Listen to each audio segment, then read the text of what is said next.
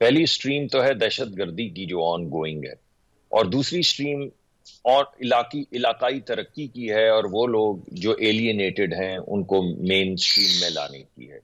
ان دونوں سٹریمز کو کنفیوز نہیں کرنا چاہیے، یعنی جب آپ ایکشن کی بات کریں تو اسی وقت مین سٹریمنگ کی بات شروع ہو جائے، اور جب آپ مین سٹریمنگ کی بات کریں تو دہشت گردی کا ذکر شروع ہو جائے۔ اگر آپ اس کو سیپریٹ نہیں کریں گے تو آپ دونوں میں ہمیں خاطر خواہ کامیابی نہیں ہو سکے گی، اور یہی حکومت کرنے کی کوشش کر رہی ہے۔ جی جی، میں تو تو بس پہلی ابھی کا سٹریم کہہ جو رہی تھی مصدق صاحب، اگر جی اجازت دیں، میں جسٹ وہی دیٹ آ رہا ہوں 11 جی have taken place، تو اس پہ آپ کیا کہیں گے؟ That's what I meant۔ جی میں یہی کہہ رہا ہوں کہ اس وقت جو ہمارے اوپر مقرر ہے، ہم اس وقت جنگ کی حالت میں ہیں، ٹھیک، ہمارے اوپر حملہ کیا جا رہا ہے، بے اور شک۔ ہمیں کسی حد تک معلوم ہے کہ یہ حملہ کون کر رہا ہے اور اس کے محرکات کیا ہیں اور کون لوگ ہیں۔ اس وجہ سے یہ وار جو ہے جب تک ان کے گھر کی دہلیز، ان کے گھر کے دروازے تک نہیں پہنچے گی، تب تک کوئی بھی چیز ہم ریزالو نہیں کر پائیں گے۔ یہ نہیں ہو سکتا کہ ہم ہر جگہ پہ، ہر سکول میں، ہر ہسپتال میں، ہر مسجد میں پوری ایک بٹالین کھڑی کر دیں، یہ تو نہیں ہو سکتا۔ اس کا مطلب ہے کہ وہ لوگ جو پاکستان میں دہشت گردی کر رہے ہیں، آپ کو یہ جنگ ان تک لے جانا ہوگی۔ اس وجہ سے جو سب سے اہم چیز ہے اس وقت، وہ تسلسل ہے پالیسی کا۔ آپ کو یاد ہوگا کہ ضرب عضب ہوئی تھی، رد الفساد ہوئی تھی، یہ ایسے ہی تھیں جیسے دو جنگیں ہوتی ہیں، مگر ان کے نتیجے میں ہم نے تمام سلیپر سیلز ختم کر دیے تھے، اور وہ تمام لوگ جو پاکستان میں دہشت گردی ایکسٹریمزم کرتے تھے انہیں دھکیل دیا، یا پکڑ لیا یا دھکیل دیا، مگر پھر پالیسی میں تسلسل نہیں رہ سکا۔ اور آنے والی حکومت میں آپ نے دیکھا کہ دوبارہ سے وہ بات شروع ہو گئی، تو یہ تو ہماری سوشل فیبرک کا حصہ ہیں، یہ تو ہمارے بھائی ہیں، انہیں تو ہم نے مین سٹریم کرنا ہے، اور انہیں لا لا کر ٹرکوں کے اندر دوبارہ سے آباد کیا گیا۔ اب ٹرکوں میں جب وہ آباد ہو گئے آ کے، تو اب انہوں نے دوبارہ سے سلیپر سیلز کھول دیے، جیسے کہ آپ نے اپنے ابتدائیہ میں ذکر کیا۔ اب ان سلیپر سیلز کو ختم کرنا، دوبارہ سے ان کو دھکیلنا، جنگ ان کے گھر تک لے کر جانا، یہ اتنا ہی بڑا مارکا ہے جتنا مارکا ہم نے پہلے کیا۔ لیکن بعض صوبائی حکومتیں جب ہم یہ کہنا شروع کرتے ہیں کہ چلیے کوئی نہ کوئی آپریشن کرتے ہیں، تو وہ ایک دم کہتے ہیں کہ آپریشن آپ کمال کرتے ہیں، کیسے کر سکتے ہیں آپریشن؟ ہم کہتے ہیں چلیے آپریشن نہیں کرتے، آپ بتائیے کیا کرنا چاہیے؟ تو وہ کہتے ہیں یہ تو ہمیں معلوم نہیں ہے۔ یعنی یہ ہمیں معلوم نہیں ہے کہ کیا کرنا چاہیے، اور آپریشن نہیں کرنا چاہیے تو پھر کیا کرنا چاہیے؟ تو میرا خیال ہے ایک نیشنل ریزالو، جس کے لیے یہ اے پی سی کا بھی ذکر کیا جا رہا ہے، جس میں تمام لوگ اکٹھے ہو کر ایک دفعہ تو یہ کہیں کہ ہاں ہم نے اپنے بچیوں کو ایسے بھیڑ بکریوں کی طرح نہیں مرنے دینا، اور وہ جنگ جو ہے اس کو ایک سیسا پلائی دیوار، صرف مارکے کی شکل میں نہیں، جنگی مارکے کی شکل میں نہیں، یا ٹارگیٹڈ آپریشنز کی شکل میں نہیں، مگر ایک آلسو نیشنل ریزالو کی شکل میں تمام سیاسی جماعتوں کو یک زبان ہو کر، یک چہرہ ہو کر اس کے سامنے دیوار بن کے کھڑا ہونا پڑے گا۔ اس وقت ہم حقیقت میں جنگ کی سچویشن میں، آپ نے خود بتایا کتنے واقعات کتنی چند دنوں میں ہوئے ہیں۔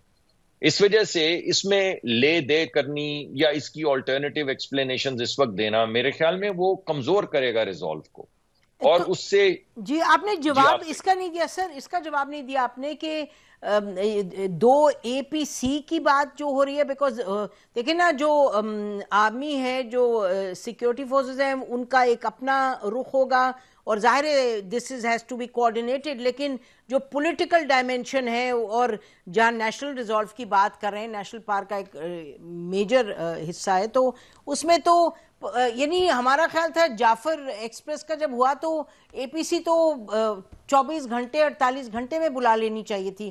آئی وڈ سے دس، جو بھی گورنمنٹ ہو اتنی تیزی سے موو کریں۔ اب نیشنل جو سیکیورٹی کمیٹی ہے پارلیمنٹ کی، اس پہ بھی تو ان دو چیزوں پہ اگر آپ بتا دیں کہ حکومت نے کچھ سوچا ہے، بھی سوچ رہی ہے، یا کچھ ڈیسائیڈ کر لیا ابھی تک؟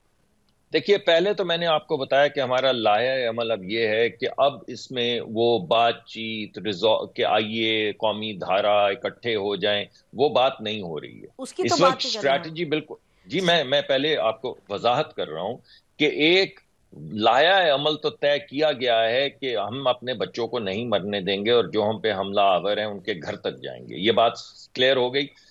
اب پچھلے 48 گھنٹے میں یا اس سے کچھ مہینوں میں بھی ہماری، اگر اے پی سی فارمل جس سے آپ کہہ رہی ہیں وہ نہیں بھی ہوئی ابھی، لیکن تمام سیاسی جماعتوں سے مسلسل روابط ہو رہے ہیں، اور مسلسل یہ ڈائلاگ ہو رہا ہے، اور مسلسل یہ بات چیت ہو رہی ہے۔ اور ماسوا ایک آدھ سیاسی جماعت کے جو زیادہ تر یہ کہتی ہے کہ اگر ایک صاحب نہیں آئیں گے تو بات چیت کا کوئی فائدہ نہیں ہے، ماسوا اس کے تقریباً تمام سیاسی جماعتیں جو ہیں وہ آن بورڈ ہیں.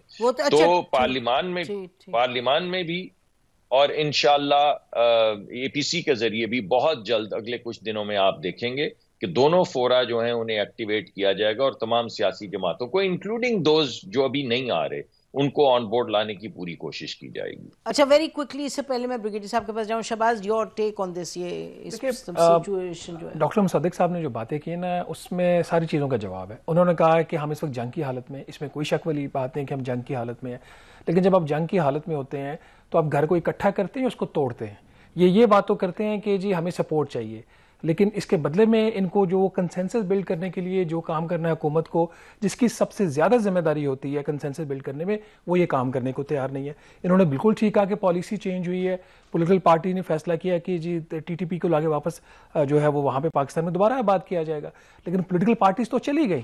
جو ایک کانسٹنٹ فیکٹر ہے پاکستان کے اندر وہ ملٹری اسٹیبلشمنٹ ہے، وہ تو وہیں پہ تھی، کل بھی تھی، آج بھی ہے.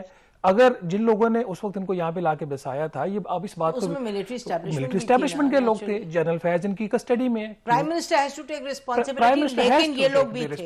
یہ سب ٹھیک ہے. تو دوسری چیز، تیسری چیز یہ کہہ رہے ہم ان کے خلاف آپریشن کریں گے. بھائی کون سا آپریشن کریں گے؟ خود D G I S P R نے بتایا اس دن کہ 180 ڈیلی بیسس کے اوپر انٹیلیجنس بیسڈ آپریشنز ہو رہے ہیں پاکستان کے اندر. اس سے بڑا کس حالت جنگ میں آپ ہوں گے؟ دین مور امپورٹنٹلی یہ جو مسئلہ تھا افغانستان والا، وہ تو تحریک طالبان کے ساتھ تھا نا، کلگن تحریک طالبان کے ساتھ، ان کے ساتھ پالیسی چینج ہوئی. بلوچستان میں کیا مسئلہ ہے؟ بلوچستان لبریشن آرمی کو کس نے لا کے بسایا؟ کس نے نہیں بسایا، وہ تو وہاں پہ پہلے کر رہے ہیں. جو چیزیں خطرناک ہوئی ہے نا، اور ہم لوگ ابھی تک اپنا جو سر وہ ریت کے نیچے دے کے بیٹھے ہوئے ہیں. جو بلوچستان کے اندر ہو رہا ہے وہاں پہ، اور اس چیز کی جتنی بھی مذمت کی جائے وہ کم ہے. تو یہ ان کو سارا جو اپنا ان کا نیریٹو ہے نا اس وقت، پولیٹیکل اور سیکیورٹی دونوں کو ری ڈو کرنے کی ضرورت ہے، اور گھر میں یہ اتفاق پیدا کرے، لڑائی نہ پیدا کرے. جب سٹیٹمنٹس دیتے ہیں نا، ابھی مزمل صاحب بولیں گے تو شاید وہ بھی پھر ایک ڈیفینسو موڈ میں چلے جائیں گے، جی ہم پہ بات آ رہی وہ کاؤنٹر اٹیک کریں گے. تو جس سائڈ پہ اس ڈیبیٹ کو لے کے جانا چاہیے اس سائڈ پہ حکومت ابھی تک لے کے جانے میں کامیاب نہیں ہوئی، اور وہ سائیڈ ہوئی کنسنسس بلڈنگ. اچھا جی مزمل، میں چاہوں گی آپ کوئکلی اپنا انپٹ اس میں دیجیے گا. اس سے پہلے آئی گو ٹو دی بریگیڈیئر. جی اچھا جی، میں بالکل اپنا موقف دینا چاہتا ہوں اور یہ مصدق ملک صاحب پہ دینا چاہتا ہوں. ان کی جو باتیں ہیں وہ ایک ہارے ہوئے جواری والی ہے. 3 سال سے ان کی حکومت بیٹھی ہوئی ہے. 3 سال، یہ کوئی 3 مہینے پہلے یا 3 دن پہلے نہیں آئے. 3 سال سے یہ کیا کر رہے تھے؟ اور اگر ہم نے یہ کہتے ہیں کہ جا کے لوگوں کو بسا دیا، تو بلوچستان میں کس نے بسایا تھا؟ بلوچستان میں تو ان کی اتحادی کی حکومت ہے، وہاں پہ بات نہیں کرتے. پھر اس کے بعد آپ نے جو اے پی سی کی بات کی ہے، کوئی اے پی سی کی بات نہیں کرتے یہ. اور ان کو کیا پتا ہماری صوبائی حکومت کی اور ہماری جو وہاں کی سیکیورٹی فورسز کے ساتھ کیا کوارڈینیشن ہے. جس کے ساتھ کوارڈینیشن نہیں ہے وہ ان کے ساتھ نہیں ہے. ان کے وزیر اعظم صاحب ابھی بھی سعودی عرب کا ٹرپ پلان کر رہے ہیں. جس دن جو ہے بولان والا حادثہ ہوا تھا، اس دن بلاول کے ساتھ افطاری کر کے بندر بات کر رہے تھے اپنی ڈیولپمنٹ فنڈ کی کہ ہم نے کس طریقے سے ڈیولپمنٹ فنڈ دینے ہیں. یہ کابینہ ہے اس دور میں جو ہے بڑھا رہے ہیں. ان کی یہ چل رہی ہے، ڈیلنگ ویلنگ چل رہی ہے تاکہ ان کی حکومت چل سکے. تو انہوں نے کام کیا کیا ہے؟ ایک دفعہ بھی یہ بتا دیں، جب سے یہ وزیر اعظم بنے ہیں، شہباز شریف صاحب کتنی دفعہ جو ہے کے پی پہ آئے ہیں؟ ایک دفعہ کے پی میں نہیں آئے. ایک انہوں نے ایپیکس کمیٹی کے پی کی نہیں اٹینڈ کی. اور باتیں کرتے ہیں کرم پہ بات کر لیں.